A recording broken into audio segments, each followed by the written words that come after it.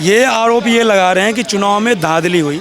इसी अखिलेश यादव ने ये बयान दिया था कि योगी जी की कुर्सी जाने वाली है, खतरे में है, चूँकि लोकसभा चुनाव में परिणाम अच्छे नहीं आए। और भी तमाम लोगों ने, अरविंद केजरीवाल ने भी बोला था कि इनकी कुर्सी खतरे में है। इन्होंने केशव मौर्य को ऑफर भी दिया था कि आप टूट कर लेकर के आ जाओ और हम मतलब जो है सरकार बना लेंगे साथ में। जब एक तरफ इन्होंने यही कहा कि उनकी कुर्सी खतरे में है, राष्ट्रीय नेतृत्व नाराज है, उनकी कुर्सी जा सकती है, वो ज़्यादा दिन के मेहमान नहीं है सत्ता के, तो भैया वो 9 में से 2 क्यों छोड़ेंगे? जब सत्ता का ही दुरुपयोग करना है, पूरा प्रशासन उनके हाथ में है, और 9 में से 9 लेते ना, 2 कहाँ छोड़ते भाई? 100 में 100 और दिखा देते राष्ट्रीय नेतृत्व को कि ये देख लो, लोकसभा चुनाव में हारे तो क्या हुआ, उपचुनाव कितना कठिन था, हमने 100 में 100 नंबर लाया। नंबर बनाना होता तो ये हताश हो चुके हैं। बहराइच दंगे से पहले, मतलब 17 से 22 तक योगी जी की सरकार थी, 22 से अभी कंटिन्यूअस चल रही है। लोकसभा चुनाव से पहले कितने दंगे हुए यूपी में? एक बता दीजिए। कोई नहीं हुए। इस तरीके के दंगे कोई नहीं हुए। फिर ये दंगे लोकसभा चुनाव के बाद ही क्यों हुए?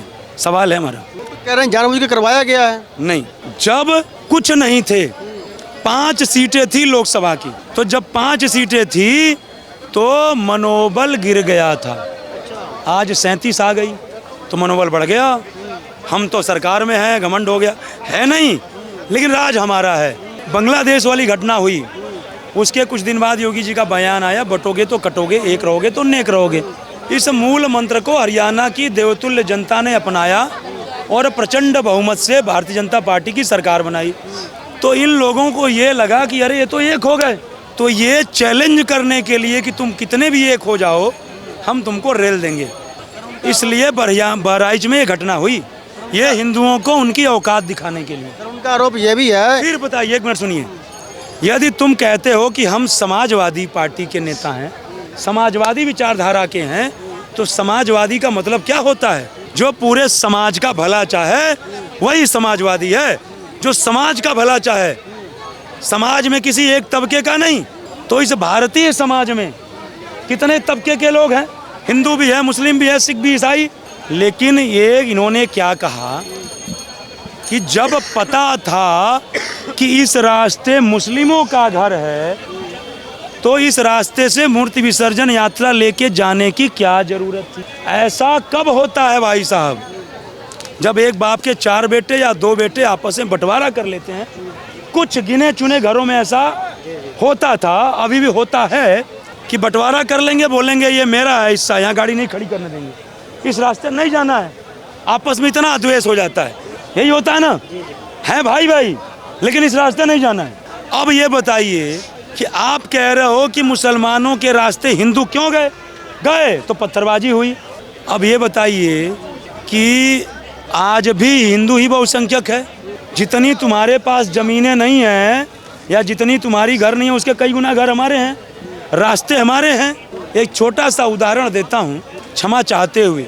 ये चांदनी चौक आप देख रहे हैं, यहाँ लाइन से देख रहे हैं मंदिर, मतलब इस रूट पे तो हिंदुत्व ही झलक रहा है। मैं एक उदाहरण के तौर पे बोल रहा हूँ, ये हिंदुत्व वाला रूट झलक रहा है। अब यहाँ पे मंदिर के लोग आकर के बोलें इस रास्ते हम वो ताजिया नहीं निकलने देंगे, इस रास्ते हम मुहर्रम नहीं निकलने देंगे, तो क्या यह उचित है?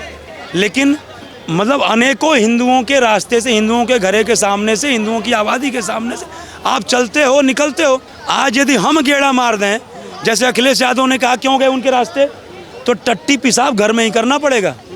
लेकिन ये हमारी उदारता है। 1947 में बंटवारे के समय भी बहुसंख्यक थे, आज भी बहुसंख्यक हैं। चाह लेते तो 2 दिन नहीं लगता पाकिस्तान भेजने में, और आज तो 2 घंटे नहीं लगेगा। लेकिन हम वसुधैव कुटुंबकम को मानते हैं। लेकिन एक बात मैं कह देना चाहता हूँ, तय क्या हुआ था कि पाकिस्तान इस्लामिक राष्ट्र बनेगा, मुसलमान वहाँ रहेंगे, हिंदू यहाँ रहेंगे। बाद में गांधी जी का बयान आया, नहीं, जो हिंदू या मुस्लिम जो भी रहना चाहते रह ले। लेकिन हमने वहाँ पे अपनी उदारता ही दिखाई ना, हमने तुमको रहने दिया क्योंकि हम बहुसंख्यक थे। एक उदाहरण के तौर पे बोल रहा हूँ मैं। तो कहने का मतलब ये है, एक तरफ तुम कहते हो कि हमको भाई मानो, तो भाई तो मानते हैं, तभी तो भाईजान बोलते हैं। कौन बोलता है? हम ही तो बोलते हैं भाईजान। यूपी चुनाव की बात कर रहे थे 2 मिनट। मैं आ रहा हूँ उस पर। लेकिन भाई कौन होता है? भाई वही होता है जिसकी माँ एक होती है। हमारी भी माँ वही है जो आपकी माँ है, तभी भाई हुए। तो गौ हमारी माता है, गौ को हम माता कहते हैं, तुम उसका भक्षण करते हो, तो तुम्हारे भाई कैसे हुए?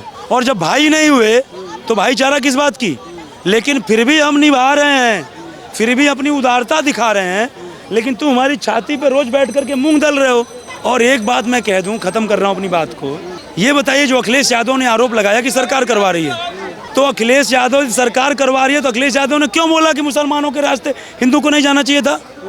ये भड़काऊ बयान है, ये बांटने का बयान है, या ये बयान है, या योगी जी का बयान बांट रहा है?